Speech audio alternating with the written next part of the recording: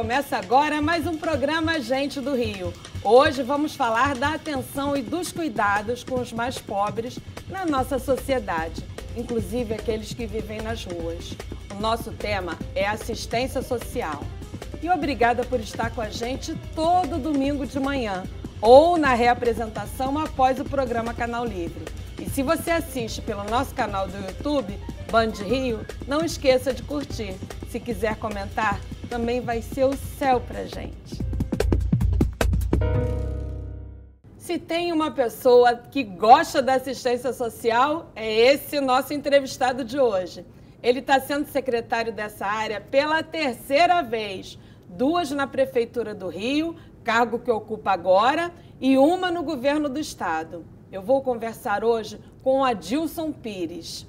Ele mesmo morou na favela da Vila Aliança até quando exerceu o cargo de vice-prefeito da cidade do Rio de Janeiro, na segunda gestão do prefeito Eduardo Paes. Adilson também é fundador do PT, o partido do presidente Lula, e integrou as comunidades eclesiais de base da Igreja Católica. Vamos falar de auxílio à população mais necessitada, incluindo aí as pessoas que vivem em situação de rua. Seja bem-vindo, Adilson. Bom dia, Mônica. Bom dia, ouvinte do programa Gente do Rio. É um prazer estar com você aqui hoje. Muito obrigada pela sua participação. Então, você pela terceira vez secretário de Assistência Social, né? Uma função que nem todos gostam. Isso é enxugar gelo? Eu não creio que seja enxugar gelo. Eu lembro que a primeira vez que eu fui secretário do prefeito Eduardo Paes, ele me chamou para uma conversa, nós tínhamos sido eleitos, eu era vice-prefeito. Ele perguntou que pasta eu gostaria de ocupar na secretaria, né, no governo. E ele falou, pensa, depois você fala comigo. Eu falei, olha, não preciso pensar não, eu acho que a melhor pasta que eu me identifico mais é assistência social. Tem a ver talvez com a minha história de vida, tem a ver com, enfim, a minha relação na Igreja Católica, enfim, mas é uma pasta que eu tenho identidade porque acho que a gente lida com as pessoas mais necessitadas da sociedade. Mas eu falei enxugar gelo porque a população não é obrigada a ir para os abrigos, você lida com uma série de vícios e de doenças, né? Adição a drogas, o vício em bebida. Então, quer dizer, é uma coisa que você não tem uma sequência, uma evolução contínua, né? Você pega a pessoa da rua, né, convence a pessoa na rua a ir para o abrigo, a se tratar, e esse tratamento nem sempre dá resultado. Às vezes a pessoa vai num dia para o abrigo e no outro dia volta para a rua, né? A nossa meta é tentar reinserir as pessoas na sociedade. Não é só fazer o acolhimento, levar para um abrigo, mas é também, a partir daí, capacitar essa pessoa, recolocar no mercado de trabalho, ela voltar a ter uma casa, uma família. Hoje, a taxa de reinserção da prefeitura, da secretaria, beira os 20%, 18% e 19%. Nós temos uma meta esse ano de tentar chegar a 35%. Pode parecer pouco, mas 35% para uma população que está muito enraizada, vivendo nas ruas e com o que você acabou de falar, muitos dependentes de bebida alcoólica, de drogas. Enfim, não é uma tarefa fácil, mas é uma meta que nós temos. De alguma forma, se já existe 20% que consegue se reinserir, comprova que o trabalho tem dado resultado, né? Feito por uma equipe maravilhosa que a Secretaria tem, dos assistentes sociais, psicólogos, pedagogos, da equipe da Prefeitura. Então, esse trabalho que se faz há anos, né, eu diria que ele já deu muito resultado positivo. Mas, é claro, o desafio é maior, cada ano é maior, né? Existe uma polêmica, muita gente diz que não se deve dar dinheiro e comida à população que está na rua, que aquilo fixa ela na rua. Isso é uma verdade ou é um mito? Isso é uma verdade. Na verdade, a gente sabe que quem está na rua, de alguma forma, está ali por algum problema, né? Ou problema familiar, ou problema de dependência química, ou alguma tragédia que aconteceu na sua vida, ou porque veio de outro estado tentar sorte, no caso aqui do Rio de Janeiro, e de repente não arrumou emprego, não arrumou trabalho e foi parar na rua. São várias histórias, cada história a gente escuta, é muito emocionante. E quando essa pessoa está na rua, o desafio do poder público e também da sociedade civil, né? Tem muitas igrejas que fazem trabalho de acolhimento, de tentativa de reinserir essas pessoas. Então, esse trabalho todo, eu diria, é um trabalho que pode dar muito resultado. Essas pessoas, eu diria que todas elas têm a possibilidade de acessar alimento, ou na rede da prefeitura, ou nessa rede da sociedade civil. Então, esse debate de que você dá o dinheiro, de que você fazer essa ajuda direta, você não está ajudando aquela pessoa. O ideal é que a gente possa fazer de forma organizada, a partir do poder público e das entidades que são, enfim, parceiras, como eu falei, da sociedade civil. Cada secretário que ocupa o cargo faz censo, mede, para saber quantas pessoas tem na rua, mas esse problema nunca é resolvido. A gente sempre vai ter algumas pessoas que querem morar na rua. Como alterar essa realidade de uma forma consistente? Quantas pessoas, segundo o último censo, nós temos hoje na rua? Nós temos um censo que finalizou agora, nós vamos preparar os dados para ser divulgado, mas o último realizado é um censo de 2021 que apontou 7.200 pessoas nas ruas do Rio de Janeiro. É um número alto, é um número que, se nós formos comparar com São Paulo, onde tem 32 mil pessoas, São Paulo é muito maior, mas a proporção, né, de lá está muito maior do que no Rio de Janeiro. E essas pessoas que vivem nas ruas do Rio de Janeiro, desse censo realizado, a gente sabe que são pessoas que, boa parte delas, se houver alguma ação concreta, por exemplo, muita gente diz o seguinte, olha, se eu tiver um emprego, uma casa para morar, eu saio da rua. Então, a gente está buscando, com o censo, identificar caso a caso os que querem voltar a trabalhar, querem ter a casa, querem voltar a viver com a família, querem voltar para o seu estado de origem. E depois vai ficar um percentual, que é alto, de pessoas que de fato não querem sair da rua. São aquelas que já constituíram redes, né, na rua, têm o problema da dependência química. Esses são casos mais difíceis, mas não são casos que não se pode buscar uma solução. Então, nós estamos agora com um projeto novo que nós vamos... Eu não diria novo, na verdade, como diria o saudoso Chacrinha, nada se cria, tudo se copia, né? Então, já é um projeto que existe, nós vamos adaptá-lo, que é um projeto de construção de albergues na cidade. Que são unidades para você oferecer aquele espaço para que a pessoa à noite possa fazer uma refeição, dormir, passar a noite numa cama limpa, tomar um banho, né, descansar, de manhã toma um café e aí ela vai tocar a vida dela. O albergue é um espaço que a gente pode, aos poucos, trabalhando, né, a ressocialização dessa pessoa. A gente pode devagarinho, né, tirar documento, cuidar da saúde, identificar o que ela quer. Nem todo mundo quer ser pedreiro ou bombeiro. Às vezes o cara quer ser jogador de futebol, quer tocar pandeiro, quer ser ator, quer cantar, né? Enfim, nós temos que identificar o potencial, porque fica mais fácil.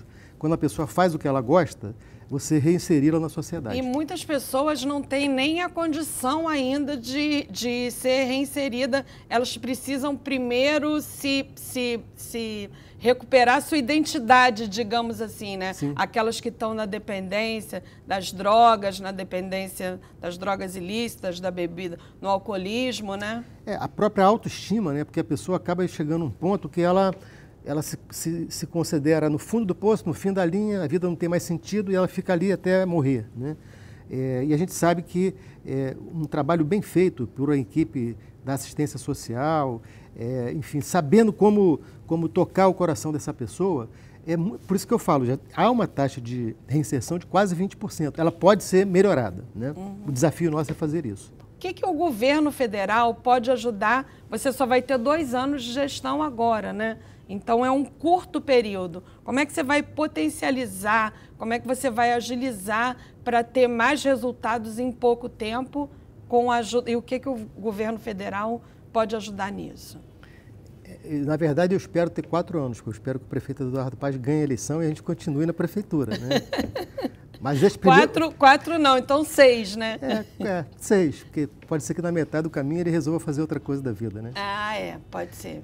Mas os primeiros 2 anos, eu tenho assim, muita convicção de que nós vamos avançar muito na política social do Rio de Janeiro. Primeiro, o governo federal, hoje, é um governo muito mais sensível a essa causa. O ano que passou, o governo federal destinou para a área social pouco mais de 47 milhões de reais. 47 milhões de reais. Esse atual governo e o atual ministro já reservou para o orçamento deste ano 2,5 bilhões. Então, só isso dá uma noção de quanto a gente vai poder contar com o governo federal. O presidente Lula é muito sensível a essa causa, a causa dos catadores de lixo, a questão da reciclagem, a população que vive na rua. É um tema muito caro ao presidente, é um tema que ele tem assim, sincera assim, sensibilidade com o tema. Então nós vamos ter muita ajuda do governo federal. A vinda do ministro aqui foi importante porque em governos anteriores, né, no governo anterior, era difícil um secretário municipal conseguir uma agenda com o ministro em Brasília, né? Aquilo ficava meses para você conseguir falar com o ministro. E agora nós conseguimos que o ministro viesse aqui falar com a gente. Nós não precisamos nem ir a Brasília. Ele veio e passou o dia no Rio de Janeiro fazendo algumas agendas. E mais uma delas, do que isso, vendo a nossa realidade. Vendo a né? realidade, exatamente. Ele esteve na Penha, ele foi num CREAS ver a ação da equipe da assistência, esteve no meu gabinete lá por uma hora e meia conversando. E prospectamos várias possibilidades. E agora a nossa equipe, junto com a equipe do Ministério, nos próximos 30 dias, vamos ajustar esses projetos todos, ver a forma de viabilizar a transferência dos recursos. Alguns são fundo a fundo, outros são transferências diretas. Mas assim, eu tenho muita convicção que nós teremos recurso federal numa quantidade assim, suficiente para resolver muita coisa. E o que você vai fazer com esses recursos? Olha, uma parte tem a ver com esse projeto. Além dos albergues, né? Que é um projeto que a prefeitura, na verdade, ela é que sustenta tudo isso, né? O que sustenta abrigo, albergue, são recursos da prefeitura. O governo federal pode ajudar para a gente ampliar a rede. Então, um projeto é esse. Nós temos, assim, em andamento dessa conversa que fizemos com o ministro, a possibilidade de recursos federais para aquilo que a gente chama aqui de aluguel social, algum outro modelo que nós estamos encontrando a forma adequada. Por quê? Porque o aluguel social geralmente é usado para a pessoa que viveu uma catástrofe, perdeu a casa, caiu, perdeu tudo. A gente está encontrando a forma para que essas pessoas que vivem na rua, alguns são famílias, né? Casal com filhos, a gente possa usar o aluguel social ou coisa similar para alugar uma casa para essa pessoa. Até que o Minha Casa Minha Vida possa dar conta. A outra iniciativa é uma que tem a ver com capacitação em parceria com a rede de supermercados.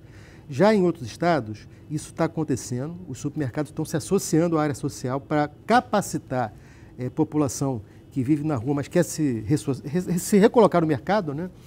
E essa parceria, inclusive, com a vinculação de emprego, né? Aqui no Rio, nós vamos abrir o diálogo com a Associação de Supermercados do Rio de Janeiro para buscar o mesmo projeto e com recursos federais para incentivar. E há várias outras iniciativas. Vocês têm um projeto em parceria com supermercados também para distribuição de alimentos, né? Aqueles alimentos que eles jogariam fora ou que tem alguma pequena avaria, não é isso? Existe uma rede de supermercado do Rio de Janeiro.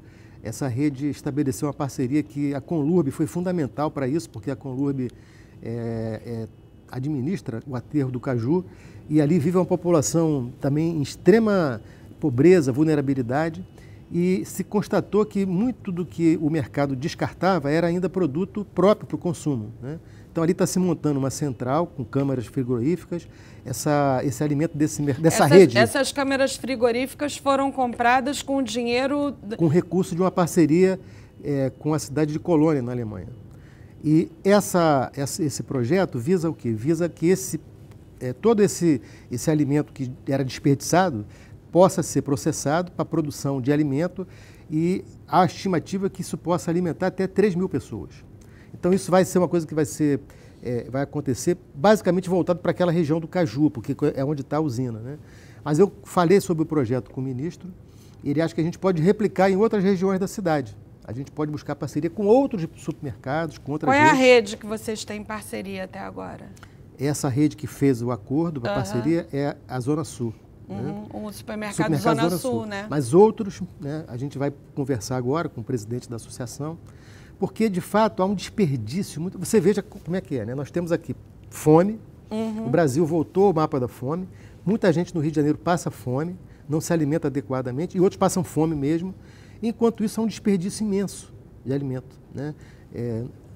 Feiras, Ceasa, mercados. Então, se a gente consegue articular essa rede, a gente pode resolver o problema de muitas pessoas. Há uma estimativa que 1/3 do alimento produzido é desperdiçado, né? Você vê, isso resolveria praticamente o problema de 1/3 das pessoas que passam fome hoje. Exatamente. E no próximo bloco, vamos conhecer a trajetória de um morador de favela que foi removido na década de 60 para a longínqua Zona Oeste, no Rio, e virou o vice-prefeito da cidade. O primeiro vice-prefeito morador de uma favela, a Vila Aliança. Fique com a gente que o Gente do Rio volta já.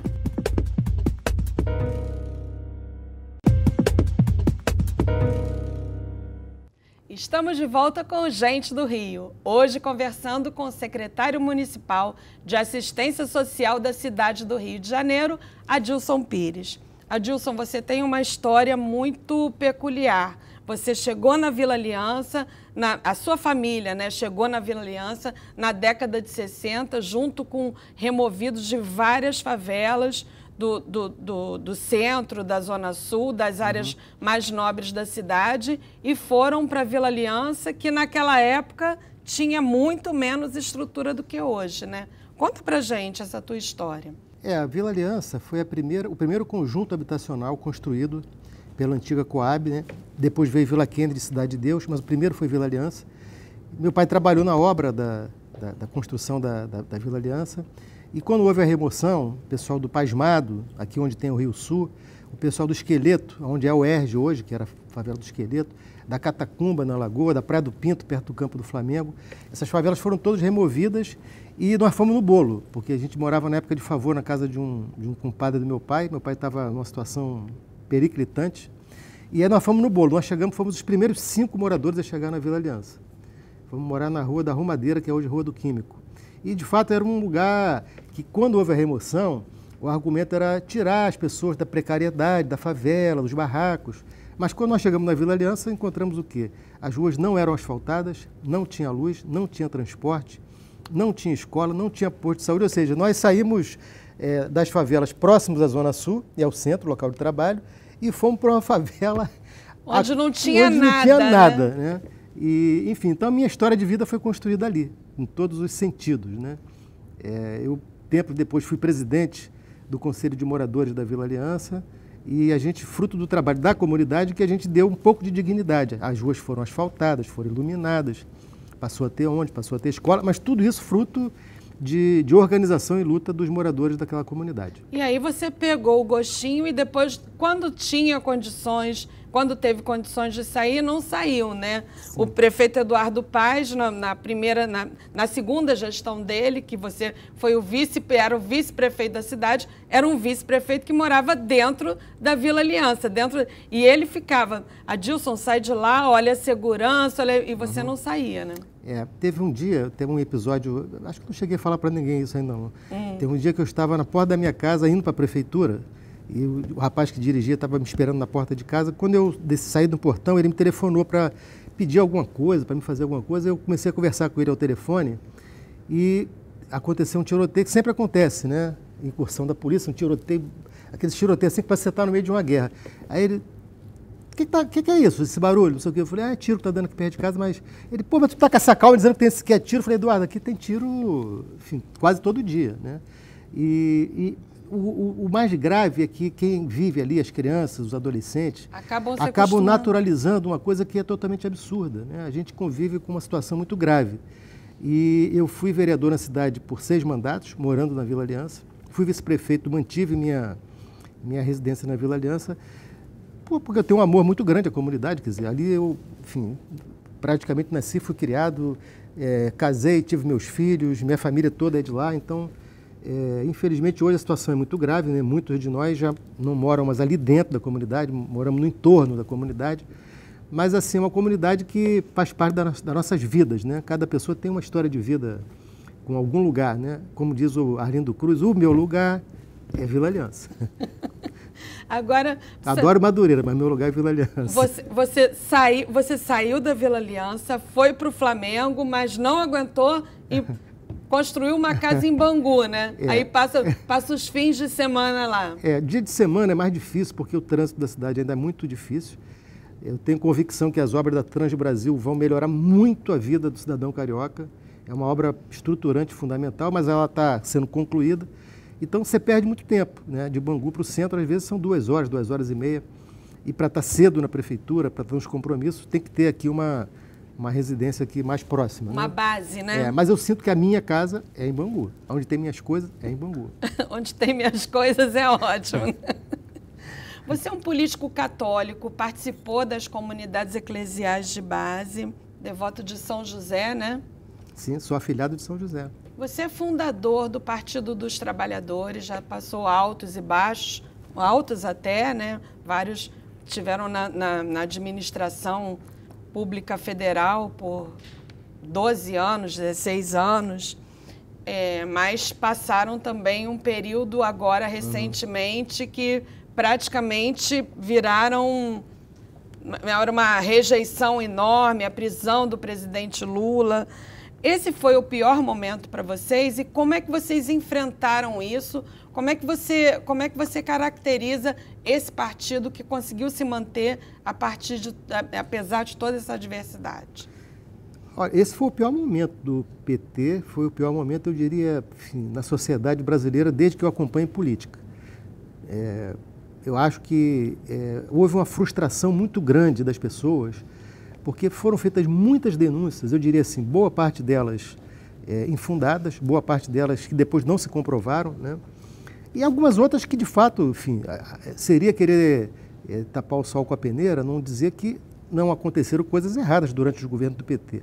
Mas aconteceram também durante os governos do Fernando Henrique, durante o governo do Bolsonaro, enfim, é inerente à atividade política. O fato é que, de alguma maneira, o PT foi rotulado como o partido que inventou a corrupção no Brasil. Parecia que nós éramos, enfim, as pessoas mais, assim, erradas do Brasil, mais equivocadas. Então, isso foi uma coisa para quem fundou o PT, para quem acredita no propósito do PT, foi o pior momento que a gente passou. O que fez a gente dar a volta por cima e hoje voltar a ocupar o cargo de presidente da República com o presidente Lula, primeiro a nossa convicção, né, das coisas que nós fizemos como partido político. Porque uma coisa é um membro de um partido que se envolve com corrupção.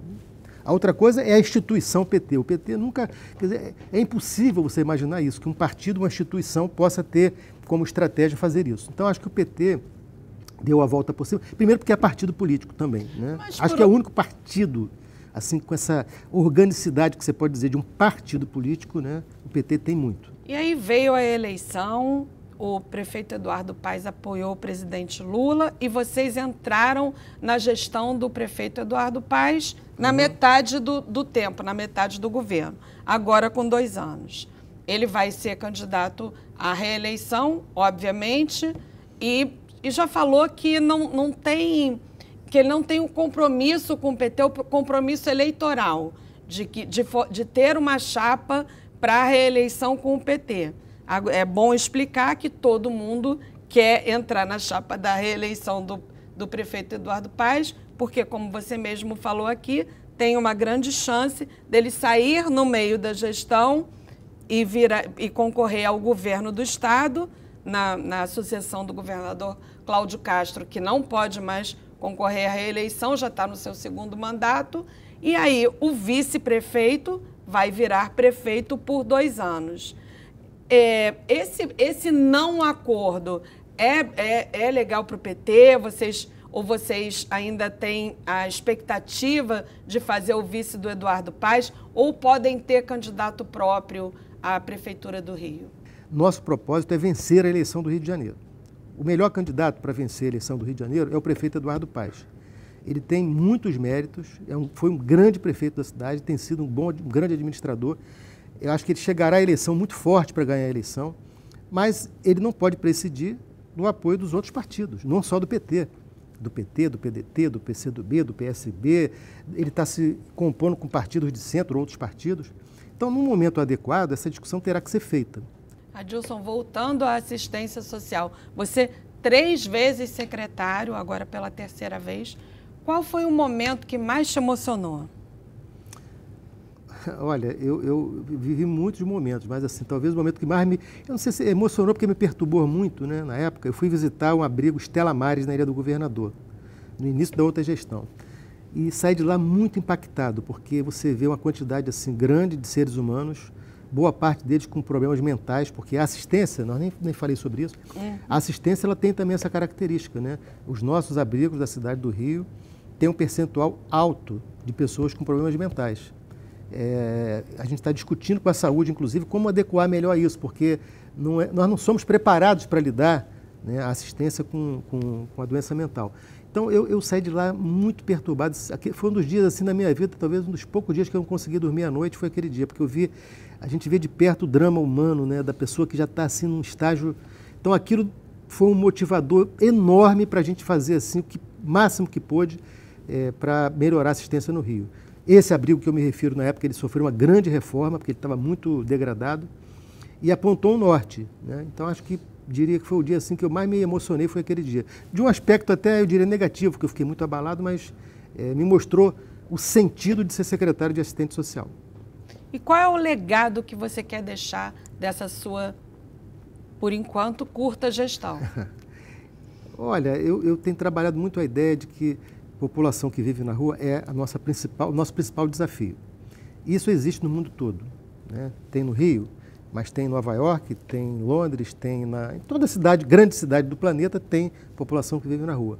A diferença nossa é que nós aqui precisamos, e esse é o meu objetivo de deixar o legado, é fazer com que esse problema, esse drama que nós temos aqui no Rio de Janeiro, atinja um patamar que eu chamo assim, o patamar civilizatório, ou seja, que cada pessoa que está na rua, saiba que se ela quiser ter um lugar para passar a noite, ela vai ter. Sabe que se ela quiser se preparar para deixar a rua, ela vai ter o auxílio do governo. E a gente conseguir universalizar esse atendimento na cidade do Rio. Vamos agora para o nosso ping-pong final. Time de futebol.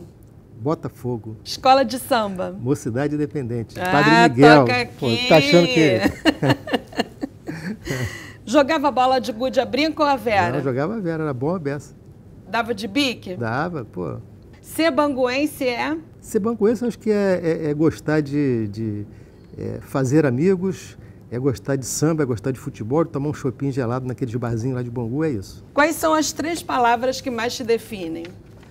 Eu acho que paciência, lealdade e compromisso. Uma pessoa famosa que te representa. Papa Francisco. Quais são seus valores inegociáveis? A verdade e a honestidade. Um ídolo? Meu ídolo é o Lula. Acho que o Lula é uma pessoa assim que eu tenho uma admiração imensa por ele como ser humano, inclusive. Um medo? O medo é não conseguir dar conta da tarefa que eu tenho pela frente agora nos próximos 2 anos. E um sonho? Um sonho é ver o Brasil voltar a ser um país em que a esperança, o emprego e que ninguém passe mais fome num país tão rico quanto o nosso. Muito obrigada pela sua participação. Assim encerramos esse programa com a mesa totalmente oriunda da AP5, né? É verdade, a AP5 é lá a nossa Zona Oeste. Nossa Zona Oeste, né? E o Gente do Rio fica por aqui, mas na semana que vem tem mais. Até lá e um beijo!